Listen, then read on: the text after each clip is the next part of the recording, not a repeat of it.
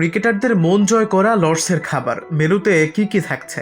Lords cricket গ্রাউন্ডের নাম শুনলেই চোখের সামনে ভেসে ওঠে ঐতিহাসিক আর ঐতিহ্যবাহী এক স্টেডিয়ামের ছবি। কেউ কেউ বলেন ক্রিকেটের মক্কা, আবার কারো কারো কাছে ক্রিকেটের তীর্থস্থান। যে নামেই ডাকা হোক না কেন, ক্রিকেট ইতিহাসের গৌরবের একটি স্থান দখল করে আছে লন্ডনে অবস্থিত লর্ডস ক্রিকেট গ্রাউন্ড। ওয়ালটন এখন দেশের সীমানা পেরিয়ে পৌঁছে গিয়েছে 50টিরও বেশি দেশে।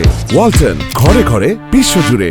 ঐতিহ্যবাহী স্টেডিয়ামটি খাবারের জন্য কম প্রসিদ্ধ নয়। ক্রিকেট বিষয়ক ওয়েবসাইট ESPN ক্রিকইনফোর এক প্রতিবেদনে উঠে এসেছে চমকপ্রদ সেই তথ্যই। বেশ কয়েকজন ক্রিকেটারকে জিজ্ঞেস করা হয়েছিল কোন ক্রিকেট ভেন্যুর ক্যাটারিং তথা খাবারের ব্যবস্থা সবচাইতে ভালো। প্রায় সবাই এ ব্যাপারে সম্মত ছিল, লর্ডসের খাবারের ধারে কাছেও আর কোনো গ্রাউন্ড যায়ই না।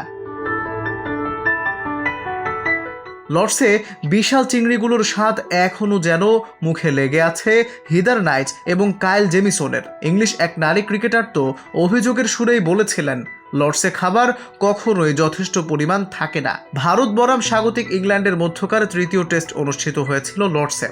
ESPN ক্রিকইনফোর পক্ষ থেকে মিডিয়া বক্সে কি খাওয়ানো হচ্ছে তা খতিয়ে দেখতে প্রতিনিধি পাঠানো হয়েছিল। প্রতিবেদকের মন্তব্য, খাবারের যা অবস্থা, অবাক লাগে যে সেখানে আদৌ ক্রিকেট খেলা হয় বা কেউ কাজ করতে পারে। জানা গেছে প্রতিদিন দুপুরে থাকে মাংস ও নিরামিষ, 2 ধরনের মেইন ডিশ, সঙ্গে থাকে অসাধারণ সব সালাদ যা দিয়ে পুরো প্লেট ভরিয়ে ফেলা যায়। পুরো সপ্তাহ জুড়ে আমরা দারুণ কিছু কারি পেয়েছি, যার মধ্যে তৃতীয় দিনে ছিল রেলওয়ে ল্যাম্প কারি, অর্থাৎ ভারতের জনপ্রিয় ভেড়ার মাংস। আরও ছিল কেরালা স্টাইলে রান্না করা হাঁসের পা, মুখে পানি আনা এক বিকল্প পছন্দ। চতুর্থ দিনে পরিবেশন করা হয়েছিল এক জমজমাট রোস্ট।